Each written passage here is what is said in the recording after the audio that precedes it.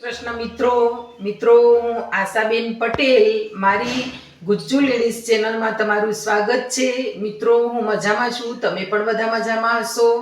આજે આ ચોમાસાની ઋતુમાં, વરસાદની ઋતુમાં આપણે નવું ખાવાનું તો બનાવી લઈએ છીએ, ગોટા, ઢોકળા, મુઠિયા। પણ જ્યારે છાશ પીવાનું થાય ત્યારે એમ થાય કે ઠંડા વાતાવરણમાં છાશ નથી પીવી હતી। પણ આજે હું સરસ મજાની મસાલા છાશની રેસીપી લઈને આવી છું, તો તમારી જોડે હું શેર કરીશ। તો ચાલો મિત્રો, આજે તમે મારી સાથે રહો, આપણે મસાલા છાશ બનાવીએ। જુઓ મિત્રો, એના માટે મેં આ ધાણાના દાંડલા લીધા છે। આ વેસ્ટ છે, આને આપણે ફેંકી જ દેતા હોઈએ છીએ, તો આને આપણે આજે ફેંકવાના નથી મિત્રો। અને બીજું કે જુઓ મિત્રો, તમે ધાણાનો સ્ટોક કરવા માંગતા હોય તો તમારી પાસે આવો ડબ્બો તો હશે જ તે।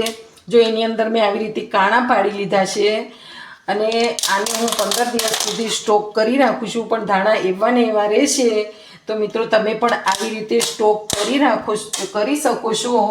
તો મિત્રો, મેં એના માટે જુઓ, આ ધાણા લીધા છે દાંડલા, અને 2 મરચાં લીધા છે। હવે આ દાંડલાને હું કટ કરી લઈશ। મેં સરસ રીતે ધોઈ નાખ્યા છે। મેં આ દાંડલા કાપી લીધા છે। હવે આ મિક્સર જારમાં હું દાંડલા નાખી દઈશ, અને આ 2 મરચાં છે એને પણ આપણે કટ કરીને નાખીશું અંદર, ને દાંડલા પણ નાખી દઈશું। એની અંદર થોડુંક મીઠું નાખીશું, આપણા સ્વાદ અનુસાર મીઠું આપણે નાખવાનું છે।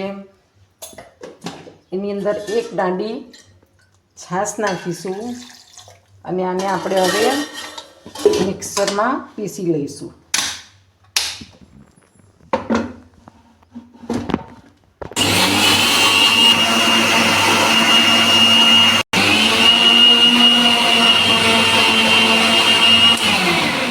આ પીસાઈ ગયું છે, તો એને આપણે છાશ છે એની અંદર નાખી દઈશું। જુઓ, સરસ આપણું પીસાઈને થઈ ગયું છે ધાણા, એને આપણે આ છાશની અંદર નાખી દઈશું। આપણી છાશ મિત્રો, આનો ટેસ્ટ એટલો સરસ આવે કે તમે કોઈ દિવસ આવી છાશ ના પીધી હોય બનાવીને, તો એક વખત ચોક્કસથી પીજો।